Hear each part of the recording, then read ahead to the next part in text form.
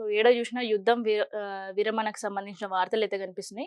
Formula ఈ కేసులో A1గా KTR, A2గా Arvind Kumar, ACB chargesheet నిబంధనలకు విరుద్ధంగా 54.88 కోట్లు విదేశీ సంస్థకు మళ్లించినట్టు అభియోగాలు ఉన్నాయి.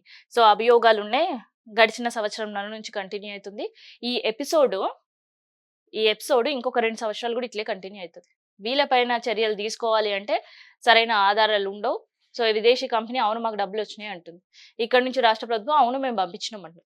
ఇక్కడ ఎక్కడ అవకతవకలు జరిగినాయి అనేది తెలవదు. సో విదేశీ కంపెనీ కూడా ప్రభుత్వానికి ఒక లెటర్ రాసింది. ఏమని? అవును చెల్లించరు డబ్బులు. అది నెక్స్ట్ దఫా ఈ ఫార్ములా రేస్ సంబంధించి నిర్వహించాలని. మరి ఇక్కడ ఏం తప్పుంది? ఇందులో కూడా అవకతవకలు జరిగినాయి అని చెప్పి జరుగుతుంది. సో ఇది ఇంకొక ఎపిసోడ్ అన్నమాట. 9లో ఒక బకాయిలు చెల్లించాలి. 2600 మంది నిరుద్యోగులకు పదవీ విరమణ ప్రయోజనాలపై సర్కారు హైకోర్టు ఆదేశించింది. బెనిఫిట్ తీసుకోకుండానే 86 మంది చనిపోయారని న్యాయస్థానం ఆవేదన వ్యక్తం చేసింది. ఇది ఏందంటే వీళ్ళు జాబ్ స్టార్ట్ చేసిండ్రు. తర్వాత వీళ్ళకి రిటైర్మెంట్ టైం అయిపోయింది. రిటైర్మెంట్ అయిపోయేటప్పుడు ఆ తర్వాత పదవీ విరమణ కాలం అయిపోయిందంటే వాళ్ళు ప్రశాంతంగా కుటుంబంతో బ్రతకాలి. 2 కుటుంబ బాధ్యతలు నిర్వహించాలి. లేదా అప్పటి వరకు కిరాయిలలో బతుకుతున్నోళ్ళు ఒక సొంత ఇల్లు కట్టుకోవాలని అనుకోవడం. లేదంటే వాళ్ళ పిల్లలకి అరే మా నాన్నో మా అమ్మ రిటైర్ అయిపోయింది అంటే ఎంతో కొంత వాళ్ళకి ఆశ ఉంటది. మా అమ్మ నాన్న మా కోసం ఏదో చేస్తారు అని చెప్పేసి. సో అవి ఏవి నెరవేరకుండానే 3626 మంది ఎంప్లాయీస్ రిటైర్ అయ్యారు. సో వాళ్ళలో 1006 మందికి మాత్రమే ప్రభుత్వం ఈ బెనిఫిట్స్ అన్ని ఇచ్చింది. మిగతా వాళ్ళకి ఇయ్యలేదు. సో తీసుకొని 2600 మందిలో 86 మంది చనిపోయారు. సో 86 మంది చనిపోయారు కాబట్టి మేము ఎవరైతే వ్యక్తికి ఇయ్యాల్సిందో రిటైర్మెంట్ బెనిఫిట్స్ వాళ్ళు చనిపోయారు మేము ఇయ్యమని సర్కారు చేతులెత్తేసింది.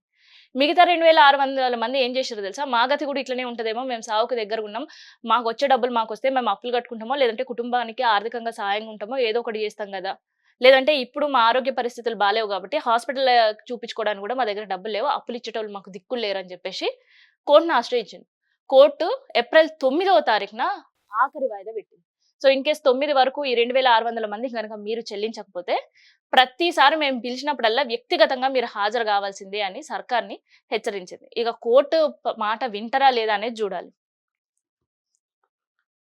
తల్లిదండ్రులకు సర్కారు భరోసానంట. బిల్లుల పరిధిలోనే ప్రభుత్వం, ప్రైవేటు ఉద్యోగులకు, ప్రజాప్రతినిధులకు వృద్ధాప్యంలో నిరాధారణకు గురి కాకుండా రక్షణ. సో ఇదేంటి తెలుసా? తల్లిదండ్రులకు సర్కారు ఒక భరోసా ప్రకటించింది. ఆ భరోసా ఏంటిదంటే ఎవరైతే ప్రభుత్వ ఉద్యోగం చేస్తున్నారో సో వాళ్ళ తల్లిదండ్రులు వృద్ధాప్యంలో ఉంటే వాళ్ళని పట్టించుకోకుండా మా ఉద్యోగం మాకుంది, మా లైఫ్ మాకుంది, మా కుటుంబం మాకుంది, ఇక మిమ్మల్ని తీసుకెళ్ళి మేము ఓల్డ్ ఏజ్ హోమ్‌లో పడేస్తామో లేదంటే ఇంటి దగ్గర ఉన్న మా చేతులు దులుపుకుంటామో అనుకున్న వాళ్ళు ఇన్ కేస్ వాళ్ళ తల్లిదండ్రులు కావచ్చు, వాళ్ళపైన ఆధారపడి ప్రభుత్వ ఉద్యోగం పైన ఆధారపడి ఉన్న అక్కచెల్లెలు, అన్నదమ్ములు ఇట్లా ఎవరైనా ఉండి అండ్ వాళ్ళకి ఆర్థిక పరంగా ఒక జీరో రెవెన్యూ బయట నుంచి ఏం వచ్చేది లేదు, వీళ్ళు మాత్రమే పెట్టాలి. లేదంటే వాళ్ళు అడుక్కొని భిక్షాటన చేసి వాళ్ళ జీవితం గడిపే పరిస్థితి ఉంటే వాళ్ళు గనక కంప్లైంట్ చేస్తే ఈ ప్రభుత్వ ఉద్యోగి జీతాల నుంచి స్టేట్ అవే 15% తీసుకొని ఈ తల్లిదండ్రుల అకౌంట్లో వేస్తారనమాట. సో ఈ వేయడానికి కూడా ఇప్పుడంతా కూడా మళ్ళీ సిస్టమ్ కేవైసీ చేస్తున్నారు. ఖచ్చితంగా ప్రతి ప్రభుత్వ ఉద్యోగి అంట తల్లిదండ్రులకు సంబంధించిన bank details, Aadhaar card, pan card. So pan card లేకపోయినా కనీసం ఆధార్ కార్డు, దాంతో పాటు బ్యాంక్ అకౌంట్స్ ఇవన్నీ ఖచ్చితంగా జత చేయాలట. సో ఆ డెసిషన్ తీసుకోబోతుంది. సో ఇది ప్రభుత్వం తీసుకోవే ఒక మంచి డెసిషన్. ఎందుకంటే ఇప్పటికే ఇతర రాష్ట్రాల్లో ఇది ఉంది. సో దాన్ని పరిశీలించిన తర్వాత ఇప్పుడు మన రాష్ట్రంలో ఇంప్లిమెంట్ చేయబోతున్నారు.